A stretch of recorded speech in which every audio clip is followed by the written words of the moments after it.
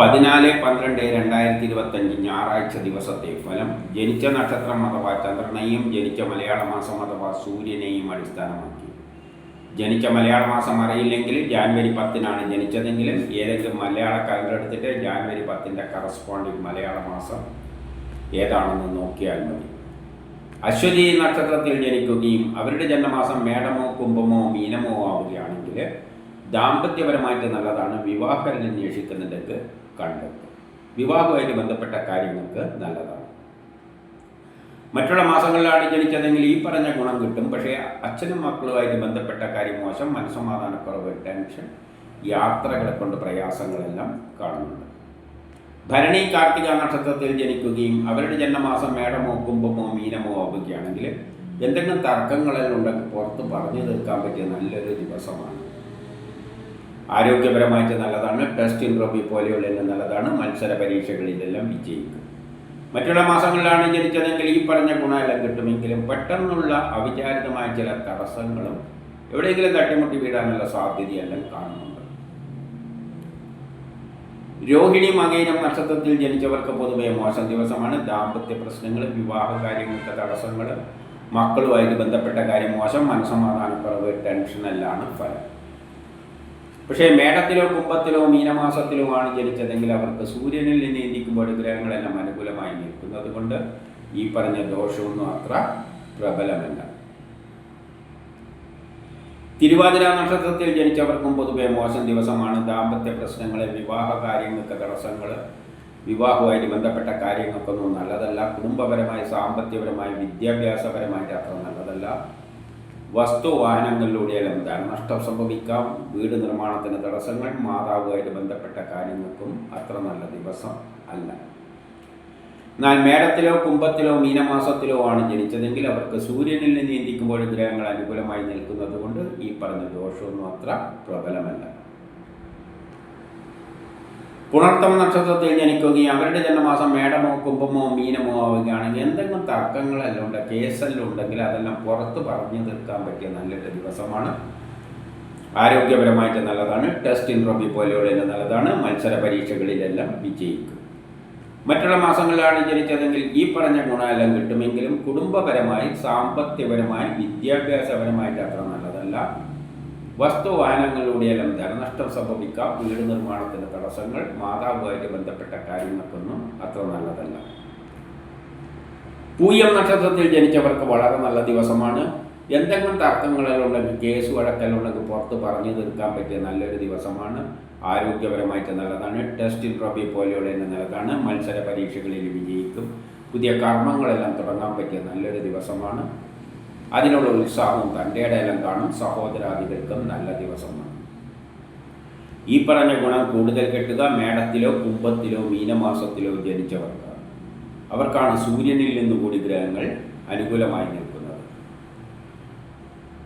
ആയില്യം മകം നക്ഷത്രത്തിൽ ജനിക്കുകയും അവരുടെ ജന്മമാസം മേടമോ കുംഭമോ മീനമോ ആവുകയാണെങ്കിൽ പുതിയ കർമ്മങ്ങളെല്ലാം തുടങ്ങാൻ പറ്റിയ നല്ലൊരു ദിവസമാണ്.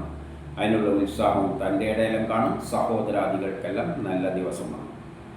മറ്റുള്ള മാസങ്ങളിലാണ് ജനിച്ചതെങ്കിൽ ഈ പറഞ്ഞ ഗുണമെല്ലാം കിട്ടും. പക്ഷേ മക്കളുമായിട്ട് ബന്ധപ്പെട്ട കാര്യം മോശം, മനസ്സമാധാനക്കുറവ്, ടെൻഷൻ.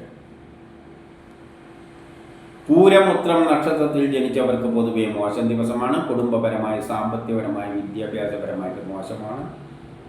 വസ്തുവാഹനങ്ങളൊന്നും വാങ്ങാനും വിൽക്കാനും പറ്റിയ ദിവസമല്ല. അതിലൂടെ ധനനഷ്ടം സംഭവിക്കാം. വീട് നിർമ്മാണത്തിന് തടസ്സങ്ങൾ, മാതാവുമായിട്ട് ബന്ധപ്പെട്ട കാര്യങ്ങൾക്കൊന്നും നല്ലതല്ല.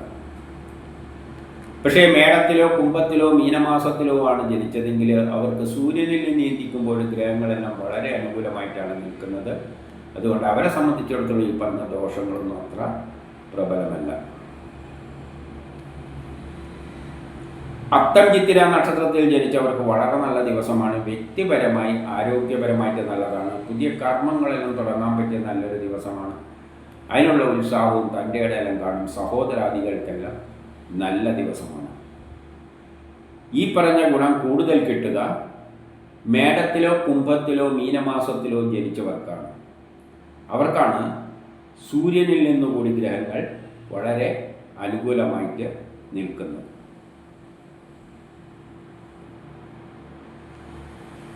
ചോതി നക്ഷത്രത്തിൽ ജനിക്കുകയും അവരുടെ ജന്മമാസം മേടമോ കുംഭമോ മീനമോ ആവുകയാണെങ്കിൽ പുതിയ കർമ്മങ്ങളെല്ലാം തുടങ്ങാൻ പറ്റിയ നല്ലൊരു ദിവസമാണ്. അതിനുള്ള ഉത്സാഹവും തൻ്റെ ഇടയെല്ലാം കാണും. സഹോദരാദികൾക്കെല്ലാം നല്ല ദിവസമാണ്.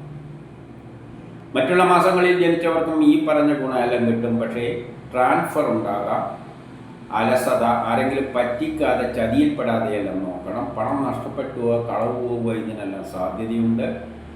വിദേശ ഇടപാടുകൾക്കൊന്നും പറ്റിയതല്ല. കൊടുക്കൽ വാങ്ങലുകൾക്കൊന്നും പറ്റിയ ദിവസമല്ല. ഗ്രാൻഡ് പാരൻസുമായിട്ട് ബന്ധപ്പെട്ട കാര്യങ്ങൾക്കൊന്നും അത്ര നല്ല ദിവസം അല്ല. വിശാഖം നക്ഷത്രത്തിൽ ജനിച്ചവർക്ക് പൊതുവെ മോശം ദിവസമാണ്. കുടുംബപരമായി, സാമ്പത്തികപരമായി, വിദ്യാഭ്യാസപരമായിട്ട് മോശമാണ്. ട്രാൻസ്ഫർ ഉണ്ടാകാം, അലസത, ആരെങ്കിലും പറ്റിക്കുക, ചതിയിൽപ്പെടുക, പണം നഷ്ടപ്പെട്ടു പോവുക, കളവ് പോവുക, വിദേശ ഇടപാടുകൾക്കൊന്നും പറ്റിയതല്ല. ഗ്രാൻഡ് പാരൻസുമായിട്ട് ബന്ധപ്പെട്ട കാര്യങ്ങൾക്കൊന്നും അത്ര നല്ല ദിവസമല്ല. പക്ഷേ മേടത്തിലോ കുംഭത്തിലോ മീനമാസത്തിലോ ആണ് ജനിച്ചതെങ്കിൽ അവർക്ക് സൂര്യനിൽ നീന്തിക്കുമ്പോൾ ഗ്രഹങ്ങളെല്ലാം വളരെ അനുകൂലമായിട്ട് നിൽക്കുന്നത് കൊണ്ട് ഈ പറഞ്ഞ ദോഷമൊന്നും അത്ര പ്രബലമല്ല. അനിഴം നക്ഷത്രത്തിൽ ജനിക്കുകയും അവരുടെ ജന്മമാസം മേടമോ കുംഭമോ മീനമോ ആവുകയാണെങ്കിൽ ബിസിനസ്സിന് നല്ലതാണ്. വിദേശിയുമായിട്ട് ബന്ധപ്പെട്ട കാര്യങ്ങൾക്ക് നല്ലതാണ്. പൊതുപ്രവർത്തനങ്ങൾക്കെല്ലാം പറ്റിയതാണ്. സമൂഹത്തിലൊരു അംഗീകാരമെല്ലാം കിട്ടും. കിട്ടേണ്ട പണം എളുപ്പത്തിൽ കിട്ടും. സഹോദരാദികൾക്കെല്ലാം നല്ല ദിവസമാണ്. മറ്റുള്ള മാസങ്ങളിലാണ് ജനിച്ചതെങ്കിൽ ഈ പറഞ്ഞ ഗുണമെല്ലാം കിട്ടും. പക്ഷേ കുടുംബപരമായി, വിദ്യാഭ്യാസപരമായിട്ട് അത്ര നല്ല ദിവസം അല്ല.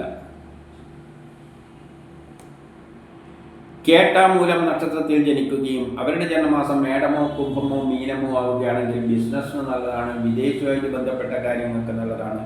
പൊതുപ്രവർത്തനങ്ങൾക്കെല്ലാം പറ്റിയതാണ്. സമൂഹത്തിലൊരു അംഗീകാരമെല്ലാം കിട്ടും. കിട്ടേണ്ട പണം എളുപ്പത്തിൽ കിട്ടും. സഹോദരാദികൾക്കെല്ലാം നല്ല ദിവസമാണ്. മറ്റുള്ള മാസങ്ങളിലാണ് ജനിച്ചതെങ്കിൽ ഈ പറഞ്ഞ ഗുണമെല്ലാം കിട്ടുമെങ്കിലും വ്യക്തിപരമായി, ആരോഗ്യപരമായി അത്ര നല്ല ദിവസം അല്ല.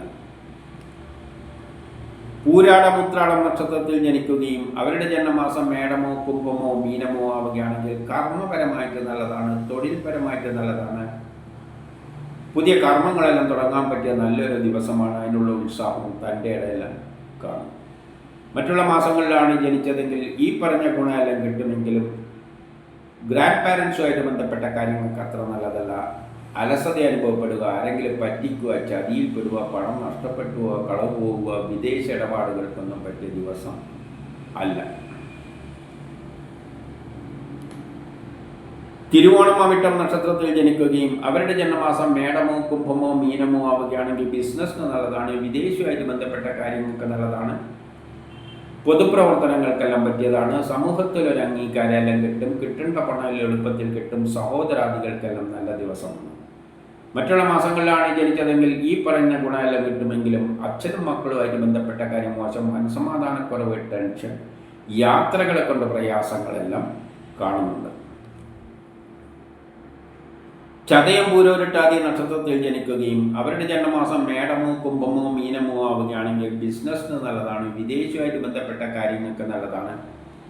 പൊതുപ്രവർത്തനങ്ങൾക്കെല്ലാം പറ്റിയതാണ്. സമൂഹത്തിലൊരു അംഗീകാരമെല്ലാം കിട്ടും. കിട്ടേണ്ട പണം എളുപ്പത്തിൽ കിട്ടും. സഹോദരാദികൾക്ക് നല്ലതാണ്. പുതിയ കർമ്മങ്ങളെല്ലാം തുടങ്ങാൻ പറ്റിയ നല്ലൊരു ദിവസമാണ്. തൊഴിൽപരമായിട്ടും നല്ലതാണ്. മറ്റുള്ള മാസങ്ങളിലാണ് ജനിച്ചതെങ്കിൽ ഈ പറഞ്ഞ ഗുണമെല്ലാം കിട്ടുമെങ്കിലും പെട്ടെന്നുള്ള അവിചാരിതമായ ആരോഗ്യ പ്രശ്നം, ശത്രുത, തടസ്സങ്ങളെല്ലാം അതിൻ്റെ കൂട്ടത്തിൽ കാണുന്നുണ്ട്. ഉത്രട്ടാതി നക്ഷത്രക്കാർക്ക് വളരെ നല്ല ദിവസമാണ്. കർമ്മപരമായിട്ടാണ് നല്ലത്. പുതിയ കർമ്മങ്ങളെല്ലാം തുടങ്ങാൻ പറ്റിയ നല്ലൊരു ദിവസമാണ്. ദാമ്പത്യപരമായിട്ട് നല്ലതാണ്. വിവാഹം അന്വേഷിക്കുന്നതിനെ കണ്ടെത്തും. വിവാഹവുമായിട്ട് ബന്ധപ്പെട്ട കാര്യങ്ങൾക്കെല്ലാം നല്ലതാണ്. ഈ പറഞ്ഞ ഗുണം കൂടുതൽ കിട്ടുക മേടത്തിലോ കുംഭത്തിലോ മീനമാസത്തിലോ ജനിച്ചവർക്കാണ്. അവർക്കാണ് സൂര്യനിൽ നിന്നുകൂടി ഗ്രഹങ്ങൾ വളരെ അനുകൂലമായിട്ട് നിൽക്കുന്നത്. രേവതി നക്ഷത്രത്തിൽ ജനിക്കുകയും അവരുടെ ജന്മമാസം മേടമോ കുംഭമോ ആവുകയാണെങ്കിൽ മേടമോ കുംഭമോ മീനമോ ആവുകയാണെങ്കിൽ ദാമ്പത്യപരമായിട്ട് നല്ലതാണ്. വിവാഹം അന്വേഷിക്കുന്നതിനെ കണ്ടെത്തും. വിവാഹവുമായിട്ട് ബന്ധപ്പെട്ട കാര്യങ്ങൾക്കെല്ലാം നല്ലതാണ്.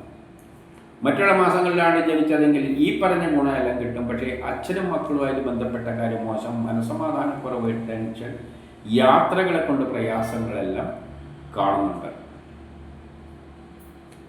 ഇതാണ് 14/12/2025 ഞായറാഴ്ച ദിവസത്തെ ഫലം.